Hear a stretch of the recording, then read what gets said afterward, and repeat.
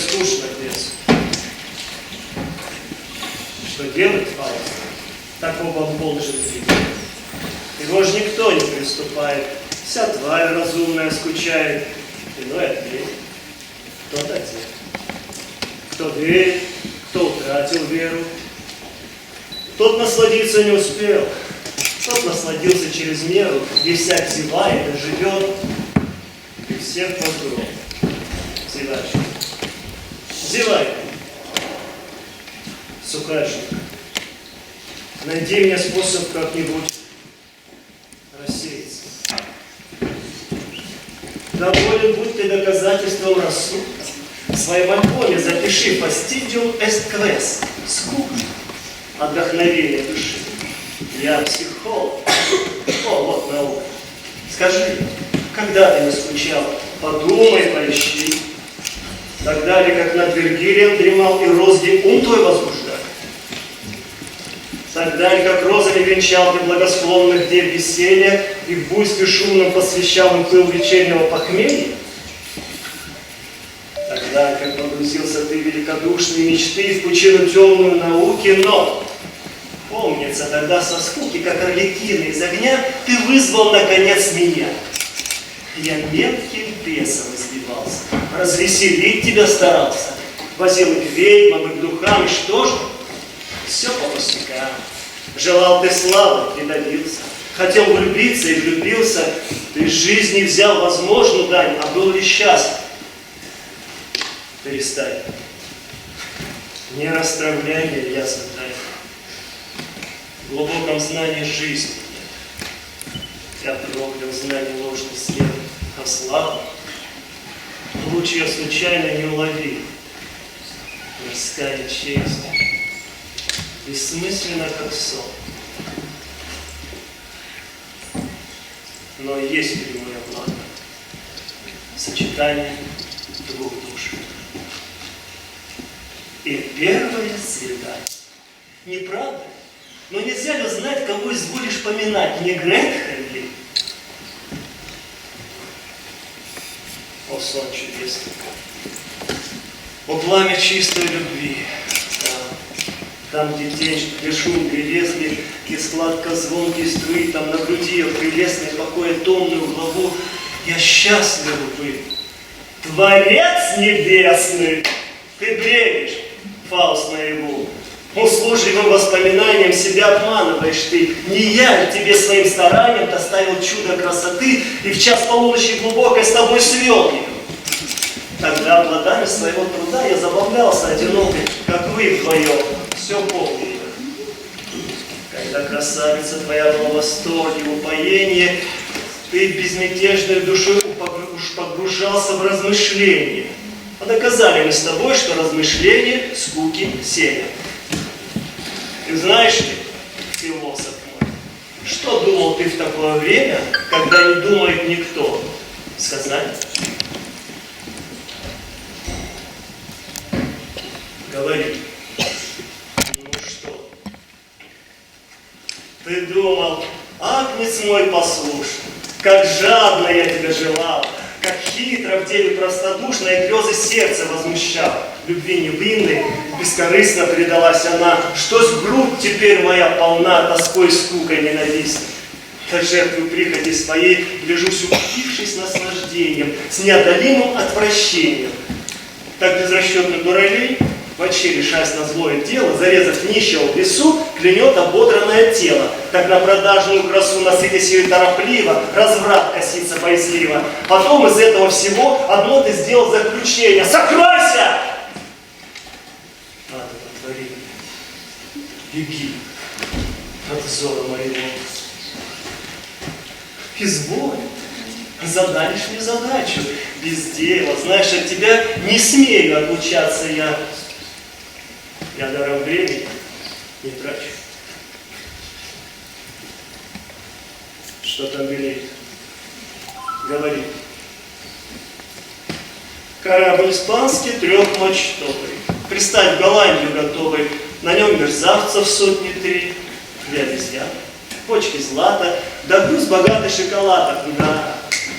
Модная болезнь. Она недавно вам подарена. все утопить. Сейчас.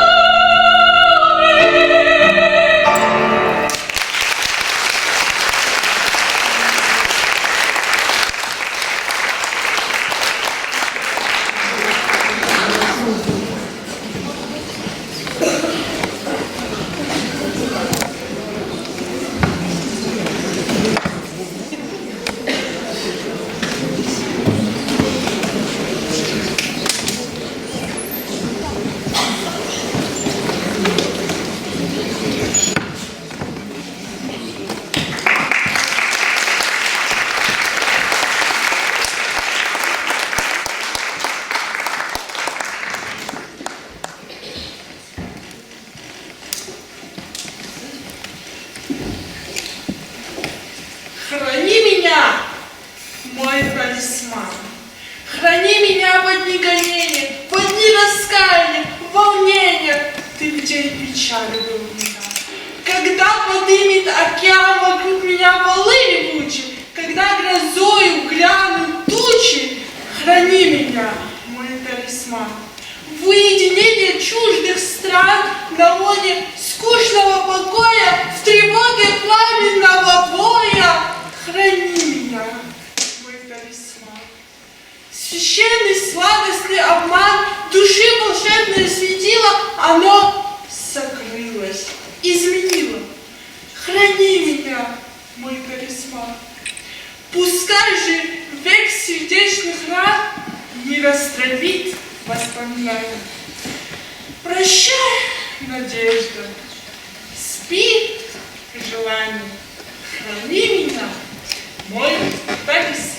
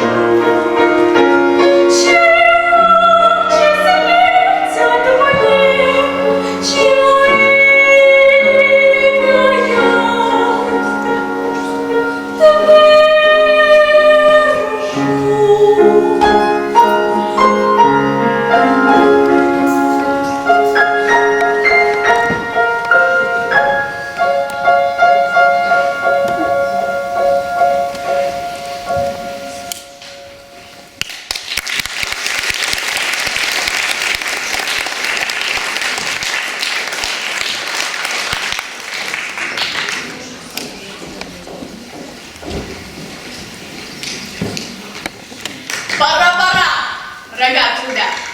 Псари в охотничьих уборах, чем свет уж на конях сидят. Борцы бегают на сворах.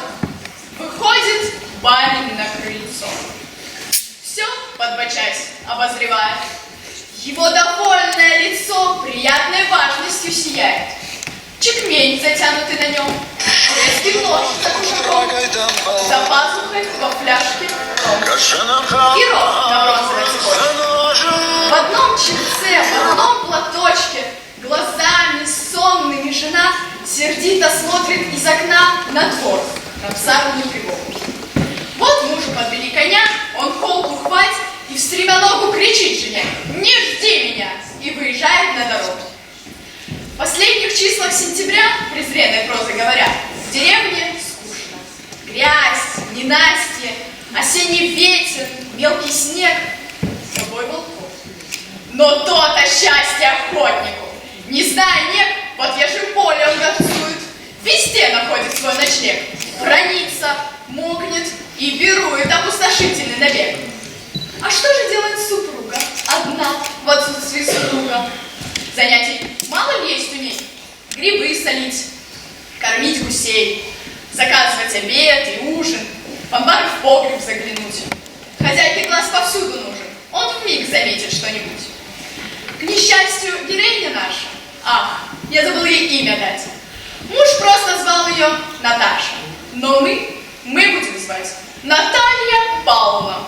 К несчастью, Наталья Павловна совсем своей хозяйской частью не занималась.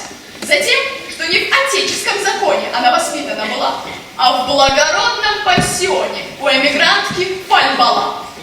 Она сидит перед окном, перед ней открыт 4-й том сентиментального романа «Любовь Элизы и Армана» и «Переписка двух семей». Роман классический, старинный, отменно длинный, нравоучительный и чинный, без романтических затей. Наталья Павловна сначала его внимательно читала, но вскоре как-то развлеклась перед окном возникшей дракой козла с дворовой собакой и ею тихо занялась. Кругом мальчишки хохотали. Меж тем, печально под окном индейки с криком выступали вслед за мокрым петухом. 3 утки полоскались в луже. Шла баба через грязный двор белье повесить на забор. Погода становилась хуже. Казалось, снег идти хотел. Вдруг колокольчик зазвенел. Кто долго жил в глуши печальной, друзья, тот верно знает сам, как сильно колокольчик дальний порой волнует сердце нам. Не друг ли едет запоздалый, товарищ юности удалый? Уж не она ли? Боже мой! Вот ближе, сердце бьется, но мимо звук несется, слабей, смолкнул за горой. Наталья Павловна к балкону бежит обрадованно звону, бежит и видит, за рекой у мельницы коляска скачет. Вот на мосту, к нам, точно! Нет, поворотила влево, вслед она глядит и чуть не плачет. Но вдруг, о радость, косогор, коляска на бок! Филька, Васька, кто там, скорей, вон там коляска! Сейчас вести ее на двор и барина просить обедать. Да жив ли он? Беги проведать! Скорей, скорей!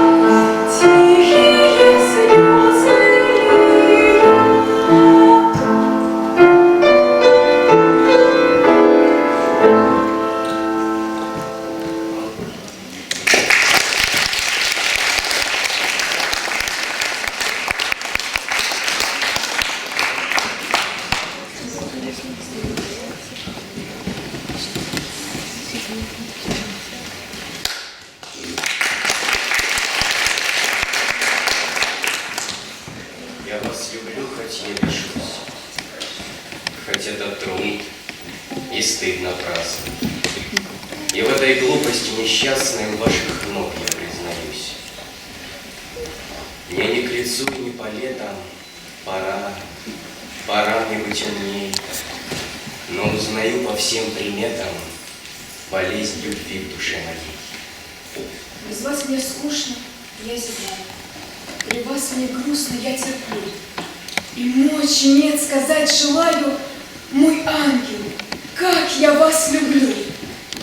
Когда я слышу из гостиной ваш легкий шаг или платье шум, или голос девственный, невинный, я вдруг теряю весь свой ум. Вы улыбнетесь мне от раны, вы отвернетесь мне тоска. За день мучения награда мне ваша бледная рука. Когда за пяльцами прилежно сидите вы, склонясь небрежно, глаза и кудри опустя, я в умилении молча и нежно любуюсь вами, как дитя. Сказать ли вам мое несчастье, мою ревнивую печаль, когда гулять порой в ненастье вы собираетесь вдаль, и ваши слезы в одиночку, и речь в уголку вдвоем, и путешествие в опочку, и фортепиано вечерком. Алина, сжальтесь надо мною, не смею требовать любви. Быть может, за грехи мои, мой ангел, я любви не стою, но притворитесь, этот взгляд все может выразить так чудно. Ах, обмануть меня нетрудно. Я сам обманываться рад.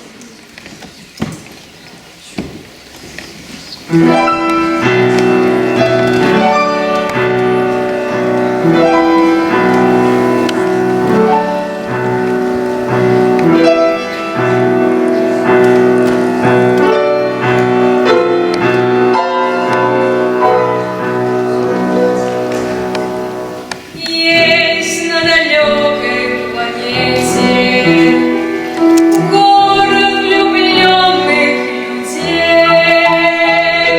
Звезды для них по особому светят, небо для них голубей. Белые стены над морем, белый покой и уют. Люди не ссорятся, люди не спорят, люди друг другу поют. Посетим, помолчим, все само пройдет, и растает гнев, и печаль уйдет. Посетим, помолчим, не нужны слова, виноваты мы, а любовь права.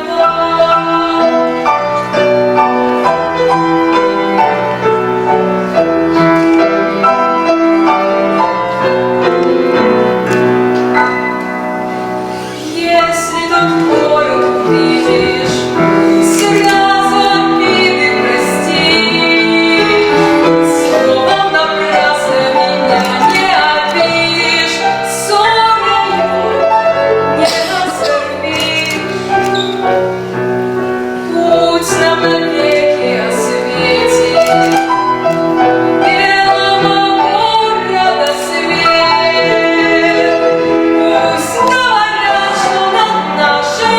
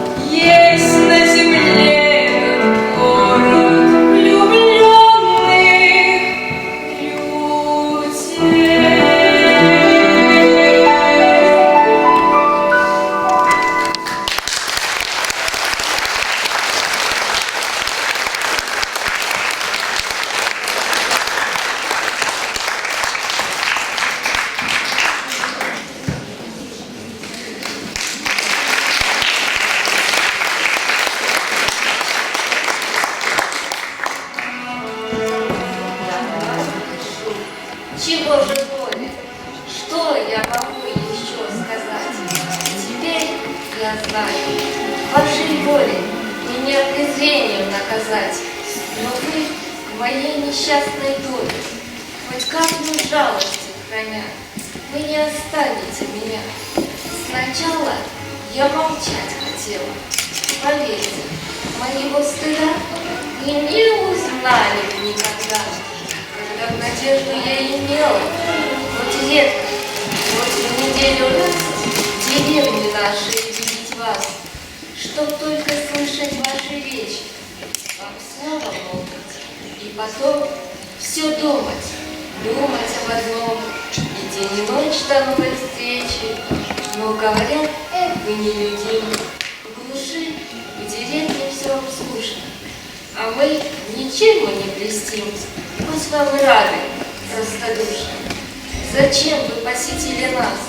В глуши забытого селения я никогда не знала вас, не знала горького мучения, души неопытной волнения. Смирив со временем, как знать, по сердцу я нашла бы друга, была бы верная супруга и добродетельная мать. Другой? Нет, никому на свете не отдала бы сердце, а я, то вышним суждено совете, то воля неба, я твоя.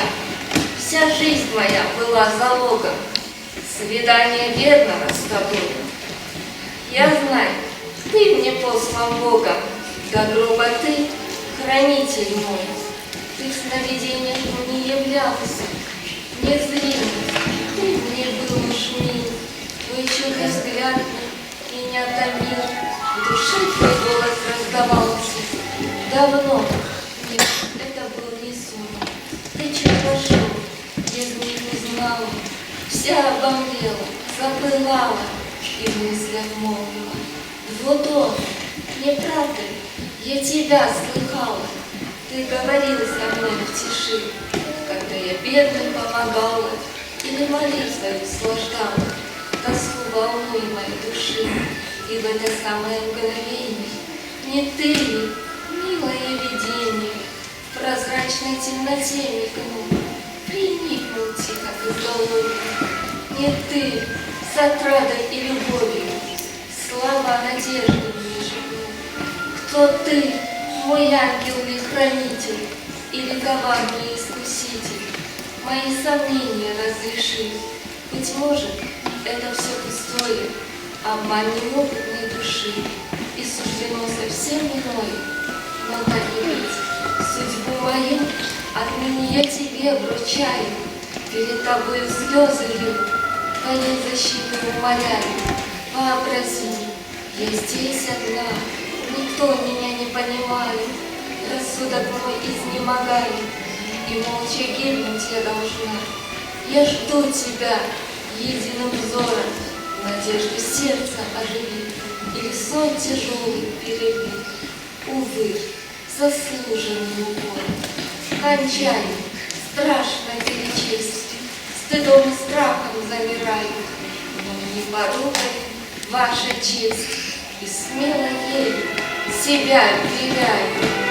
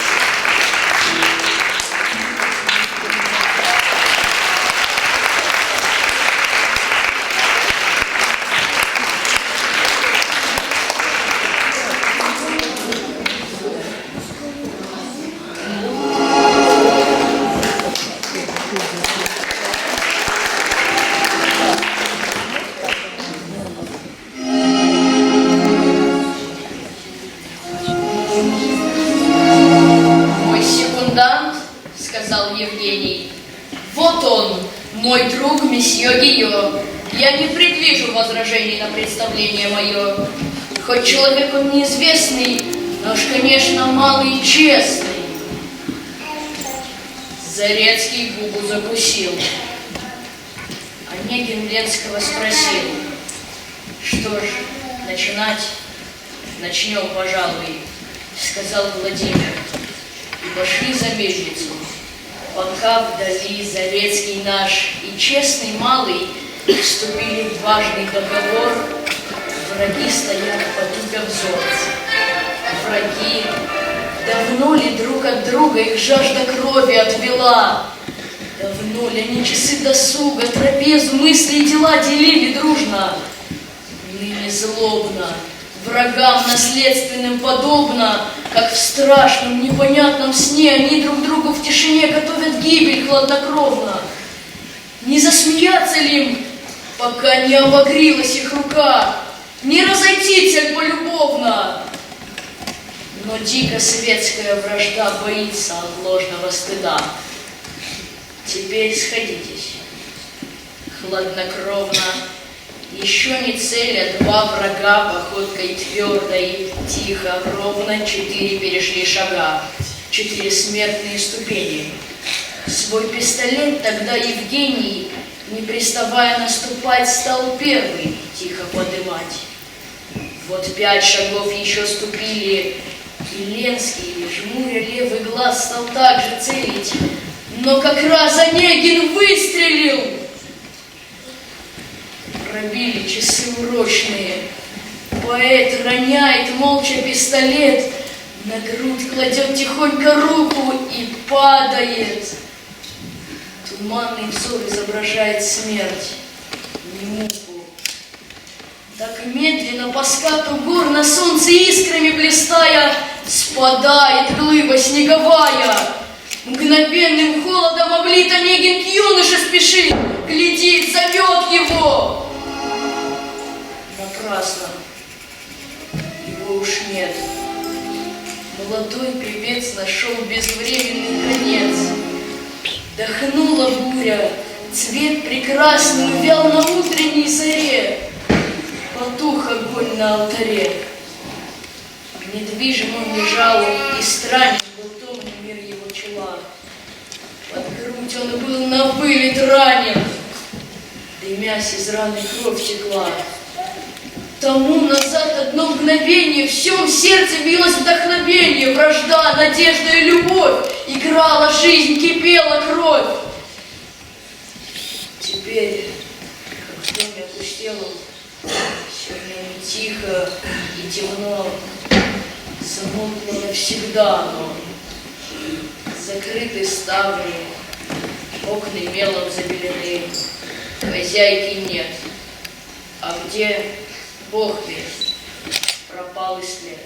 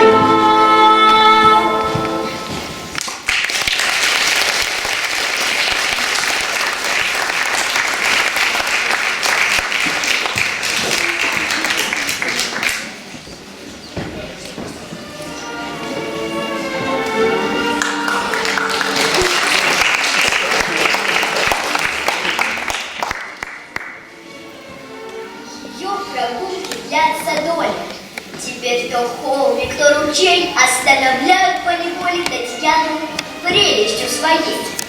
Она, как с давними друзьями, своими рощами, лугами еще беседовать спешит. Но лето быстрое летит, настала осень золотая. Природа трепетна, бледна, как жертва, пышно убрана.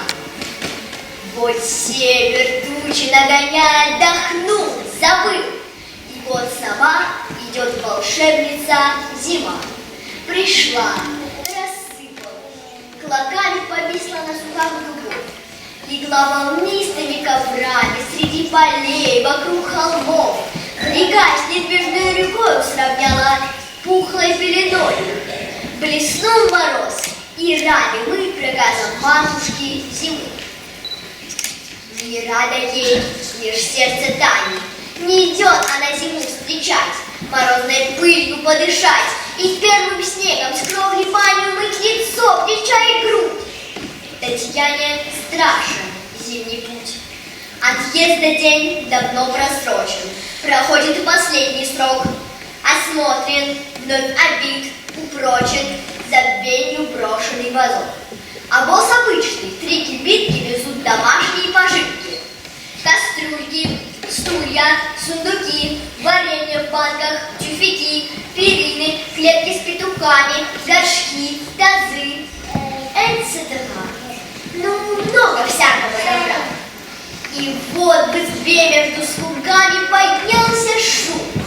Прощальный ланч, ведут на двор 18 кляч.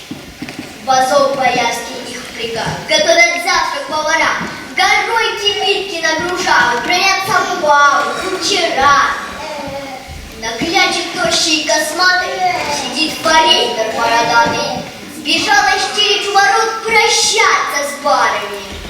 И вот уселись, и вазок почтенный, скользя, ползет за ворота. Простите, мирные места, прости, приют уединенный. Вижу вас, и слез ручей у Тани льется из очей. У Харитонья в переулке вазок пред домом ворот остановился. К старой тетке, 4-й год больной в чехотке, они приехали теперь. Им настежь отворяет дверь в очках, в изорванном кафтане, с чулком в руке. Седой калмык встречает их в гостиной крик княжны, простертой на диване. Старушки с плачем обнялись и восклицания полились. И вот по родственным обедам развозят Таню каждый день, представить бабушкам и дедам ее рассеянную лень. Родне, прибывшей издалеча, повсюду ласковая встреча и восклицание, хлеб-соль. Как Таня выросла! Давно я, кажется, тебя крестила. А я так на руки брала, а я так за уши драла, а я так пряником кормила. И хором бабушки твердят, как наши годы-то летят. Их дочки Таню обнимают. Молодые грации Москвы сначала молча озирают Татьяну с ног до головы. Ее находят что-то странное, провинциальное и жеманное, и что-то бледное и худой. А впрочем, очень недурной. Потом, по кошству о природе, дружатся с ней, к себе ведут, целуют, нежно руки жмут, сбивают кудри по моде и поверяют на распев сердечной тайны, тайны дев. Чужие свои победы, надежды, шалости, мечты. Текут невинные беседы с прекрасой легкой клеветы. Потом, по плату лепетанья, ее сердечного признания умильно требуют они. Но Таня, точно как во сне, их речь слышит без участия, не понимает ничего. И тайну сердца своего, заветный клад слез и счастья, хранит безмолвно между тем и не делится ни с кем.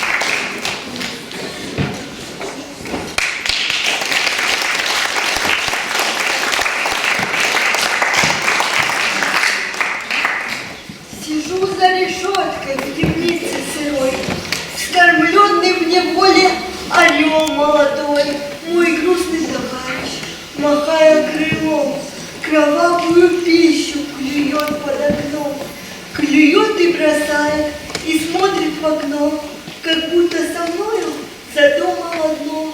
Зовет меня взглядом и криком своим, и вымолвить хочет: давай улетим, мы вольные птицы, пора, брат, пора, туда, где за тучей белеет гора, туда, где синеют морские края, туда, где гуляет лишь ветер да я.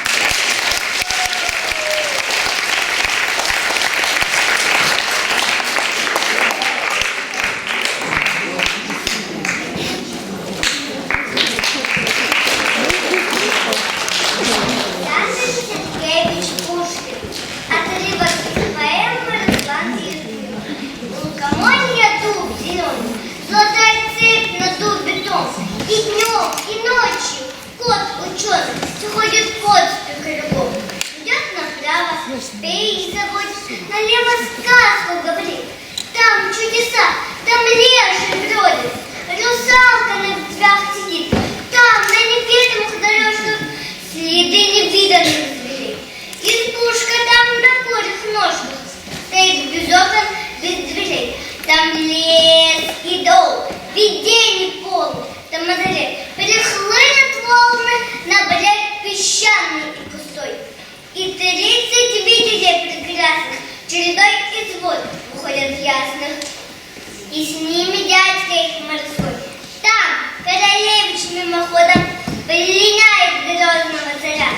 Там в облаках перед народом, через леса, через моря, колдун несет богатыря. В темнице там царевна душит, а Божий волк ей вечно служит.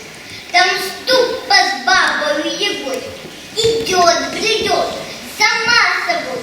Там царь шеи над златом чахнет, там русский дух, там Русью пахнет. И я там был, и мед я пил, у моря видел дуб зеленый, под ним сидел, и кот ученый свои мне сказки говорил. Одну я помню, сказку эту поведать.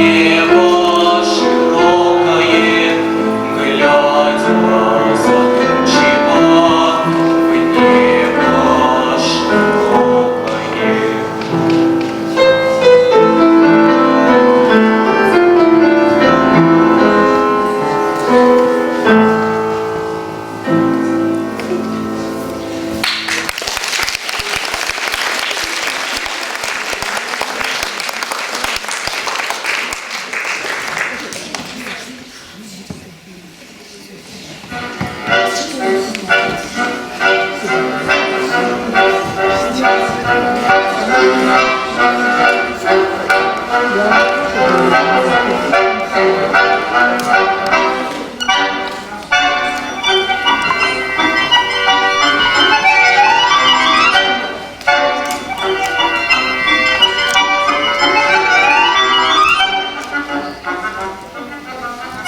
бес стал тут думать, а балда наделал такого шума, что все море смутилось, и волнами так и расходилось.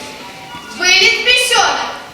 Полно, мужичок, вышлем тебе весь оброк, только слушай. Видишь ты палку эту? Выбери себе любую мету. Кто далее палку бросит, тот пускай оброк уносит. Что ж, боишься вывихнуть ручки? Чего ты ждешь?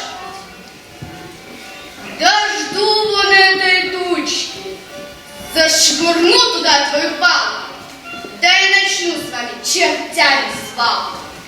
Испугался бесенок, и где ты? Рассказывай про балдову победу. А балда над морем опять шумит, да чертям веревкой грозит. Вылез опять бесенок. Чего ты хлопочешь? Будет тебе брок, коли захочешь.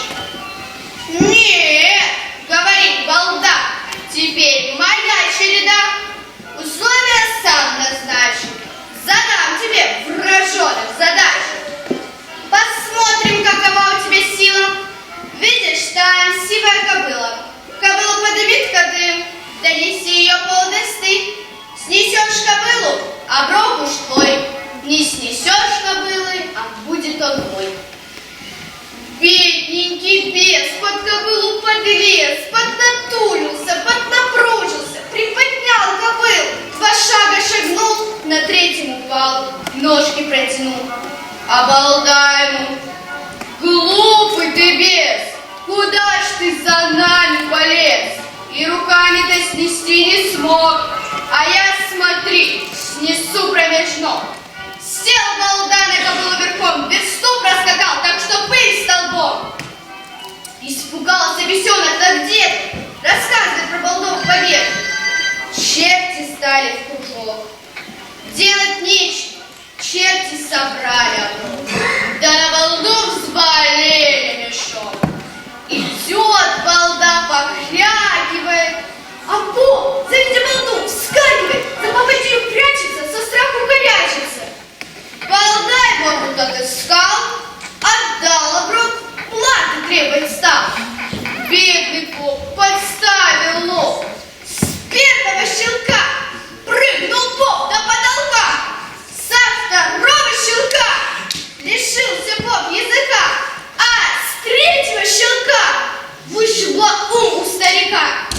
А балда приговаривал сукоризной: не гонялся бы ты, поп, за дешевизной.